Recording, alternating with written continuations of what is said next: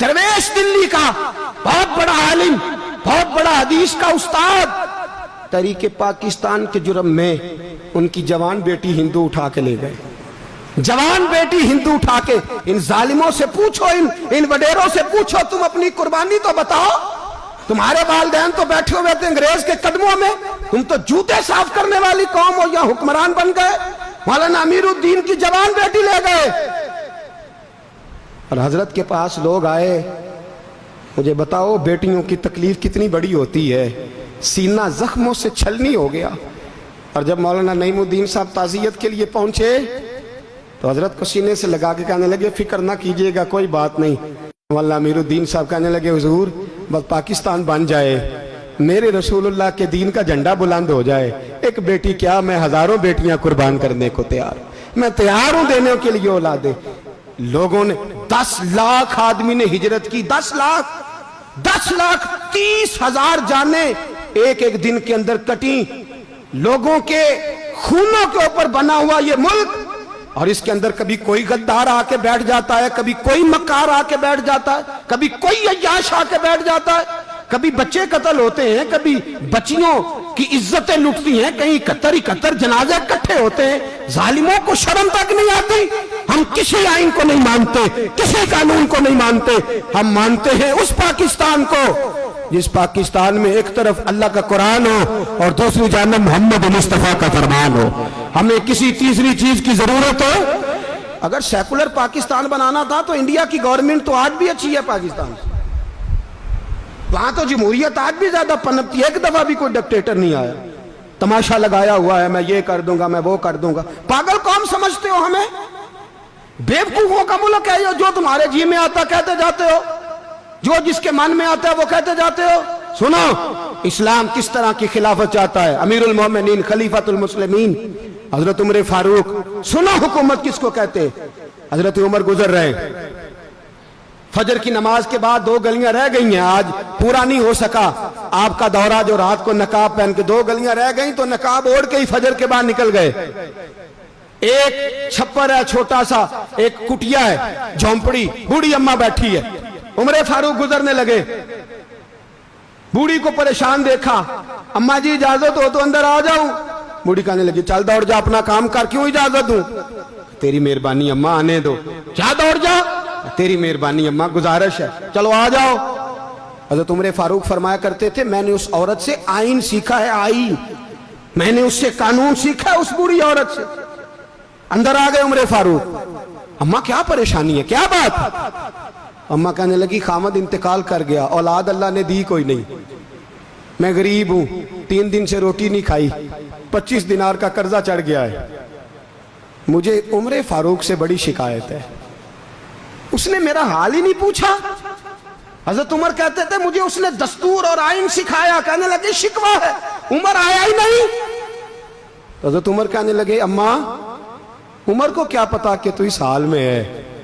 अम्मा दस्तूर बयान करती है, अम्मा जमहूरियत का ऐलान करती है, कहती है नहीं पता उमर को, तो उमर से कहो छोड़ दे हुकूमत, उसके हवाले करे जो खबर रख सकता है, ना इधर उधर की तू बात कर। ये बता के काफिला क्यों लुटा, मुझे रहजनों से गरज नहीं, तेरी रहबरी का सवाल है। उमर से कहो छोड़े हुकूमत, उसको दे जो पता रख सकता है।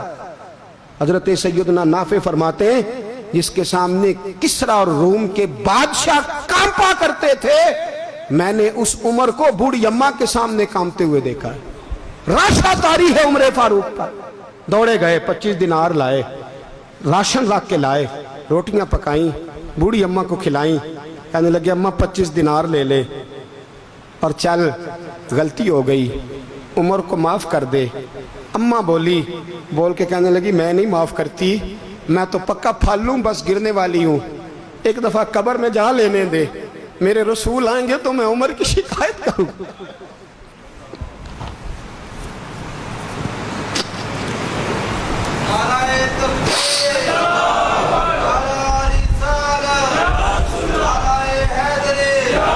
फरमाया, मैं शिकायत करूंगी महबूब पाक से और अर्ज करूंगी, हुजूर इससे पूछ, इसको निगरान बनाया गया, इसने मुझ बेवा और लवारस की खबर ही नहीं ली। यह है आईन इस्लाम, یہ ہے دستور مصطفیٰ کریم صلی اللہ علیہ وسلم۔ یہاں کتنے غریب بھوکے سوتے ہیں، کتنوں کے بچے روز اغوا ہوتے ہیں، کتنی مصیبتیں۔ گورنمنٹ کہتی ہے کچھ بھی نہیں، کچھ بھی نہیں، کچھ بھی نہیں، افواہ ہی ہے، افواہ ہی ہے۔ افواہ ہے تو اس کا علاج کیوں نہیں ہوتا؟ آپ میدان میں سرے عام آ کے اس کا اعلان کیوں نہیں کرتے؟ جاگیے اور سنیے میری بات۔ حضرت سیدنا فاروق اعظم نے 25 دینار دیے، پھر اس اماں کو کھانا دیا۔ کوئی برادری نہیں اس اماں کی، کوئی ووٹ بینک نہیں، کوئی یہ اماں کسی بڑی برادری کی نہیں جس کا 2 لاکھ ووٹ ہو۔ امیر المومنین ہو کے عمر فاروق اماں کے قدموں میں بیٹھ گئے، کہنے لگے اماں عمر کمزور ہے، حضور کا سامنا نہیں کر سکتا، تیری مہربانی نبی پاک کے سامنے شکایت نہ کرنا۔ اماں کہنے لگی چل میں تیری خاطر معاف کر دیتی، جا تو مجھے کسی اچھی ماں کا بیٹا لگتا ہے، جا تیری خاطر۔ کہنے لگے چل پھر مجھے لکھ کے دے۔ کہنے لگی میں تو ان پڑھ ہوں، تو لکھ دے میں دستخط کر دے۔ حضرت عمر نے لکھا۔ ایک بوڑھی اماں کو شکایت تھی خطاب کے بیٹے عمر سے، اور پھر وہ معاف ہو گئی۔ اماں کہتی ہے میں نے اللہ کی رضا کے لیے معاف، یہ دستخط کر دو۔ اماں کے آگے کیا تو حضرت علی آ گئے، حضرت عبداللہ ابن مسعود آ گئے، کہنے لگے عمر یہاں پھر رہے ہو، میں سارے مدینے میں ڈھونڈ رہا تھا۔ اماں اٹھ کے کھڑی ہو گئی، ہائے میں مر گئی، یہ عمر تھا، یہ میں نے کیا کیا؟